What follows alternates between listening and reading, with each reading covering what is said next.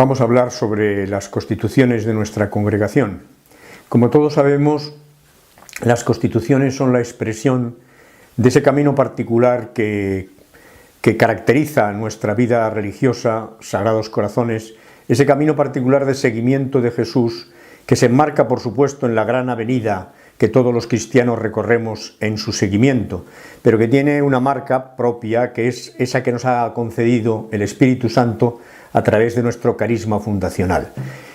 Las constituciones son la expresión de esa lectura particular que nosotros hacemos del Evangelio, en que hacemos algunos tipos de subrayados sobre los aspectos que todo cristiano tiene que vivir, pero que nosotros queremos subrayar de forma especial. Como sabemos, en nuestras constituciones el aspecto fundamental es la consagración a los Sagrados Corazones, porque el buen Padre, nuestro fundador, ya decía que la consagración a los Sagrados Corazones de Jesús y de María es el fundamento de nuestro instituto.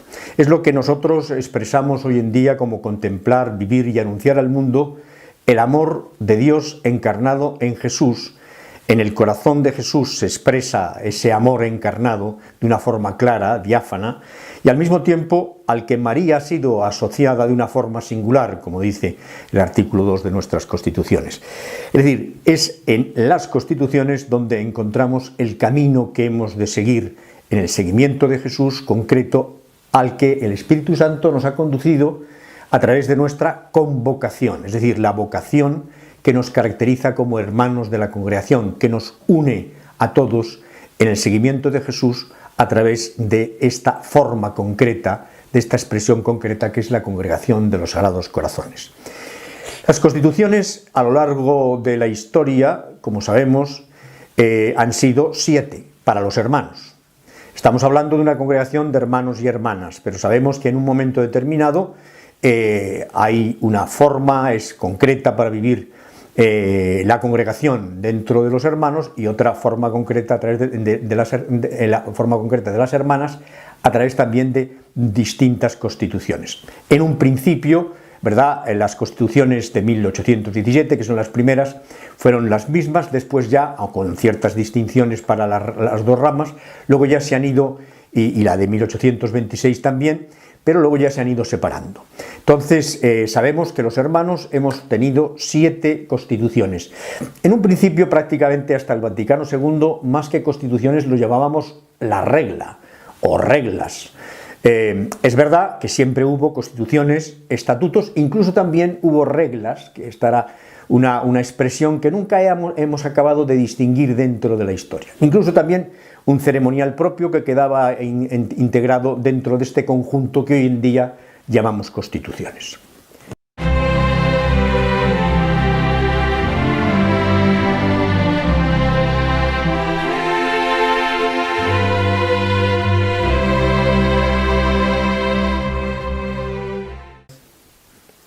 Vamos a hablar un poco de las constituciones que actualmente son las que nos van guiando y que son precisamente estas que tengo en mis manos. Este ha sido un trabajo interesante, este libro, que se ha producido precisamente en el bicentenario de la aprobación pontificia de la congregación y que nos ha recogido no solamente las constituciones actuales, que son las que están vigentes a partir de 1990, porque fueron aprobadas por el capítulo general de 1988, pero fueron aprobadas por la Santa Sede en 1990, por eso distinguimos esas dos fechas.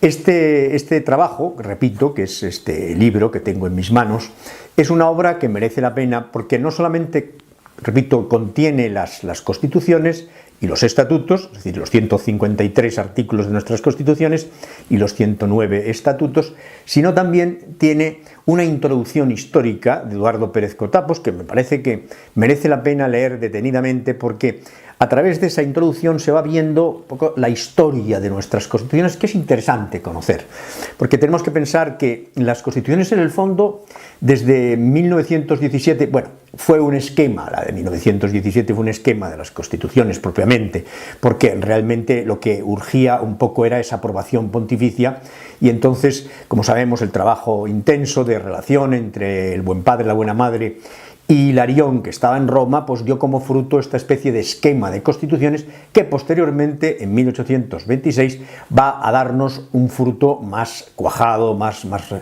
diríamos, más estable y más de acuerdo con lo que propiamente es un instituto religioso.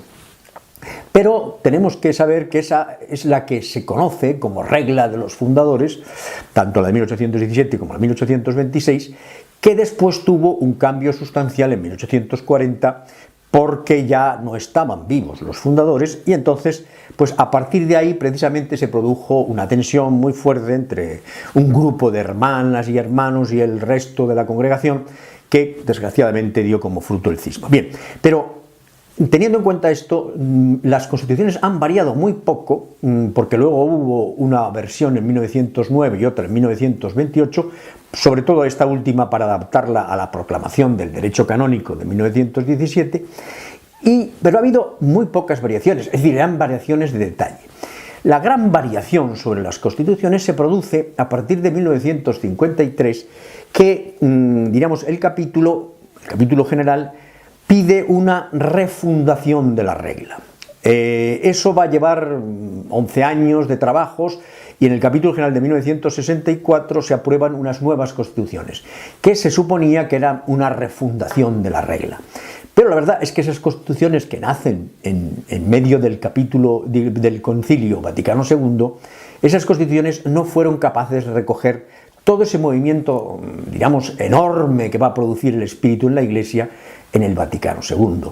Entonces, por eso, son unas constituciones que desgraciadamente nacieron muertas y que no han tenido, diríamos, vigor ni fuerza en la congregación. De tal manera que podemos decir que de 1966 hasta 1988 la congregación ha vivido un poco, digamos, con experiencias, podríamos de alguna manera decir anómicamente, aunque no es justo, sobre todo porque hubo un fenómeno importante en el año 1970, que es la publicación de la Regla de Vida. Creo que la Regla de Vida nos alimentó a muchos de nosotros, de los que, diríamos, vivimos esa época de 1970 a 1988, nos alimentó nuestro espíritu congregacional. Gracias a ella pudimos pervivir realmente en nuestro espíritu congregacional. Ese espíritu que queda muy plenamente recogido en las constituciones actuales, en las de 1990.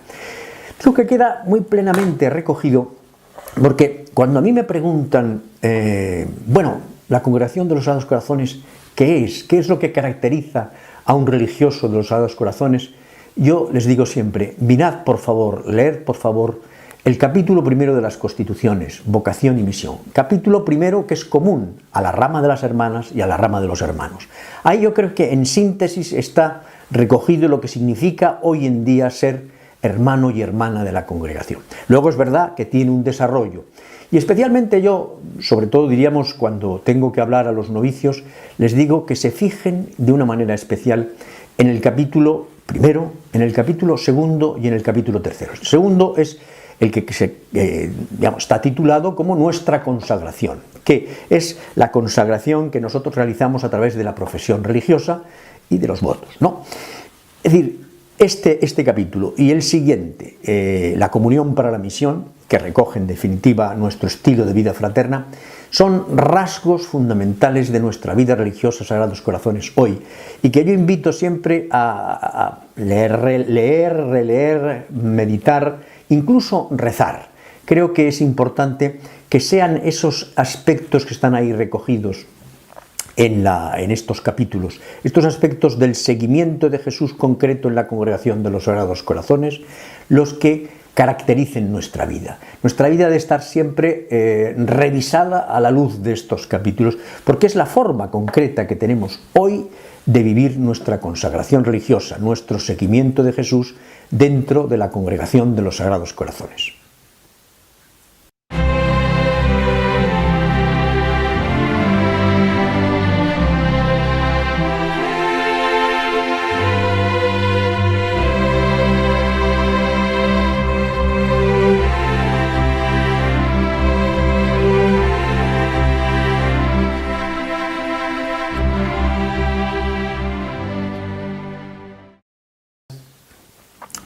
Como muchos de vosotros sabéis, a lo largo de mi vida religiosa he dedicado muchos años al servicio de la autoridad y también a algunos, menos, a la formación inicial de nuestros hermanos, incluso también de alguna forma a la formación permanente.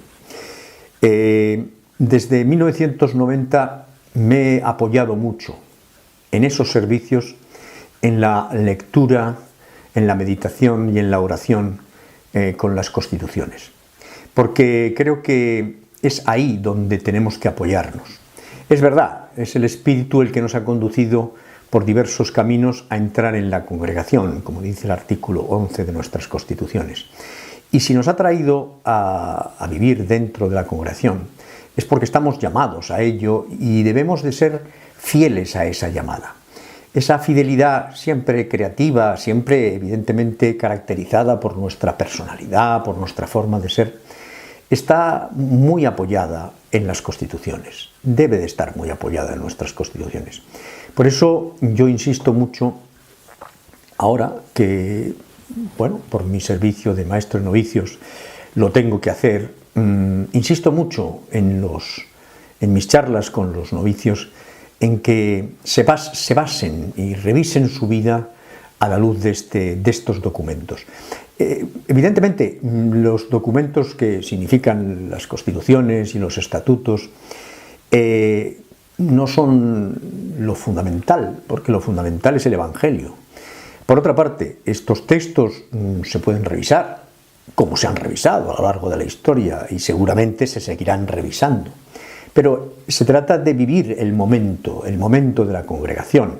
Se trata de recibir el pasado de la congregación y encarnarlo y vivirlo en el presente de cara a un futuro que la congregación tendrá. Sabe Dios cómo y cuándo. Pero en cualquier caso, ahora nos toca, digamos, vivir este momento de la congregación al servicio de la Iglesia y del mundo.